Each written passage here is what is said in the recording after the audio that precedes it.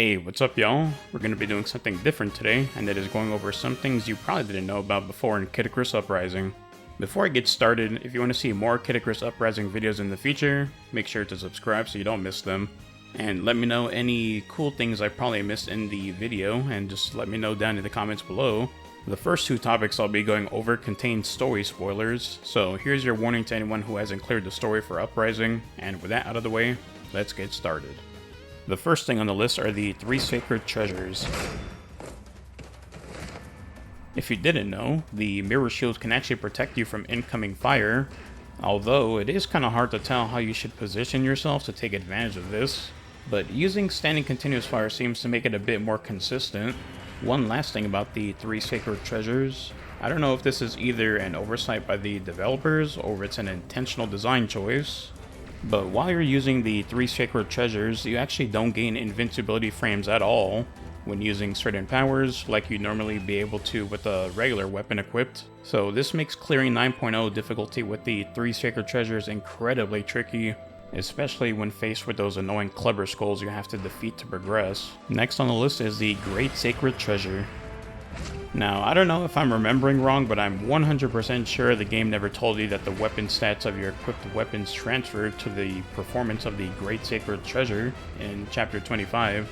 So if you ever struggled on clearing this chapter on higher intensities, try equipping a weapon with high range stars in tandem with weapon modifiers like Standing Charge Shot and Standing Continuous Fire. The increase in damage will make this chapter feel like an entirely different fight. Defensive weapon modifiers like health, overall defense, and shot or melee defense also work, although I don't believe Hades has many attacks that would actually count as melee. The last solo mode related thing on our list involves being finished off by enemies, and this one is definitely my favorite. Normally when you're finished off by enemies in solo mode, the game will just send you to a menu for you to decide to quit or continue the chapter you just died on. Here's a cool thing you can do. When you're finished off, hold down on the D-pad until you see a Reaper appear on screen. You'll be rewarded with a small but pretty cool animation of a Reaper frolicking among the hearts you've just lost. There's a few different versions of this animation. I believe the type of animation you get depends on how much hearts you've lost, and how long it's been since you've last been finished off versus the amount of successful chapters you've cleared.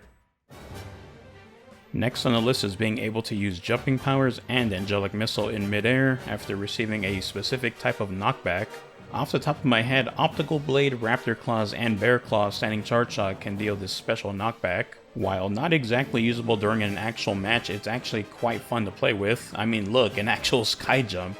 If you had godlike reaction time, you would be able to use this with Angelic Missile or Jump Glide to prevent yourself from being thrown off certain stages. When it comes to multiplayer stages, there aren't many things you can't reach naturally by just walking or running as the developers intended, but on Rail Temple, it's possible for you to get on top of some of the ruined pillars or whatever these things are called, that are directly above 2 of the grind rail stations. You can reach this with the help of a jump pad item or a jump bomb, although neither of these are guaranteed to spawn during a match. You can guarantee yourself access to this area with Angelic Missile, but you have to aim precisely to make sure you don't overshoot or bounce off upon landing. If you ever get this off during an actual match, I hope you pack some reflect barriers and knockback prevention powers, because you will be priority number 1 to anyone that notices you and wants to ruin the party. Moving on, we have Forgotten City, which is home to the only out-of-bounds glitch that I know of. Before I show you, it's worth mentioning that if you try to use this during an actual match in multiplayer, you'll most likely end up losing the game for your team. You'll need to be at the high point of the outside area, and you'll also need Jump Glide as well as some finesse. You'll want to use Jump Glide off at the high area and line yourself up with this wall, and try to move in the middle of it. If you fail, you'll either die off stage or accidentally overshoot and land on the inside area of the map. But if done correctly, you'll actually be out of bounds for a couple seconds before the game kills you for falling so far below the map. Now with that being said, you can use warp before this so you'll be safely transported back to the stage. It's also worth mentioning that you can actually shoot through walls during this without the help of Slipshot, which is pretty cool. Next up is Playing Dead. This power grants you invisibility and intangibility for a good amount of time, with the caveat being that you can't move. Otherwise, Playing Dead will expire quickly after moving. That being said, you're able to launch standing attack options without triggering a deactivation. The thing that I don't understand is if the developers for the game intended this limitation to not apply to jumping powers, which are sky jump, jump glide, and rocket jump. The limitations of playing dead don't apply to any movement done exclusively in midair, so you're able to inch yourself forward a small amount with sky jump and rocket jump. More importantly, jump glide gives you a lot more airtime, which greatly improves playing dead since you'll be able to travel further depending on elevation when used. On Rail Temple, this combination is at its most broken because you can jump glide onto rails with playing dead activated, so you solve your mobility issues entirely. The funny thing to me is that you're able to hop between rails and still not trigger deactivation, which just blows my mind. Next up is laser canceling. Despite what the name implies, this forbidden tech isn't exclusive to Mega Laser. You can also do this with Idle Transformation, but that's a single player exclusive power, meanwhile Mega Laser isn't.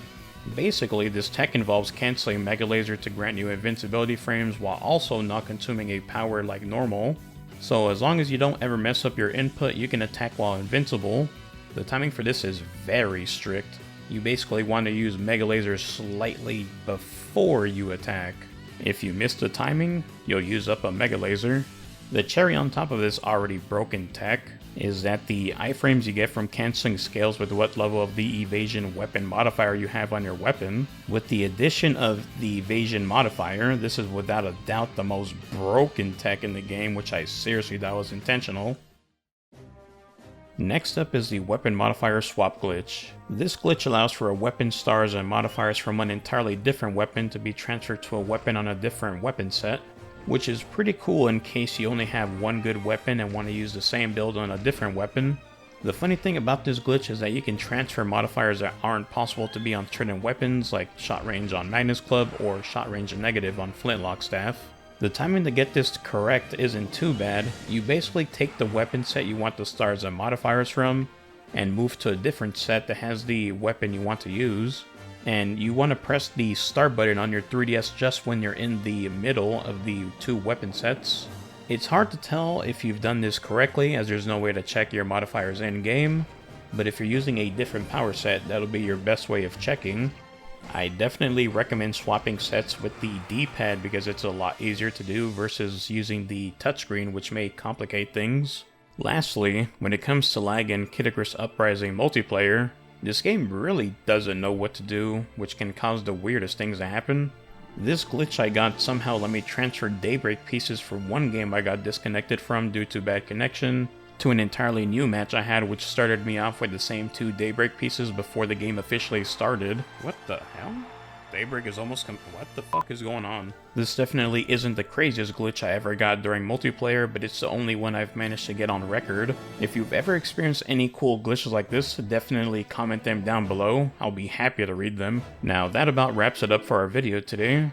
I figured with the amount of useless information I know about this game that I should make it into a video just so I can show people whenever the topic comes up. So, I hope you enjoyed it, and I will see you in the next one. Peace.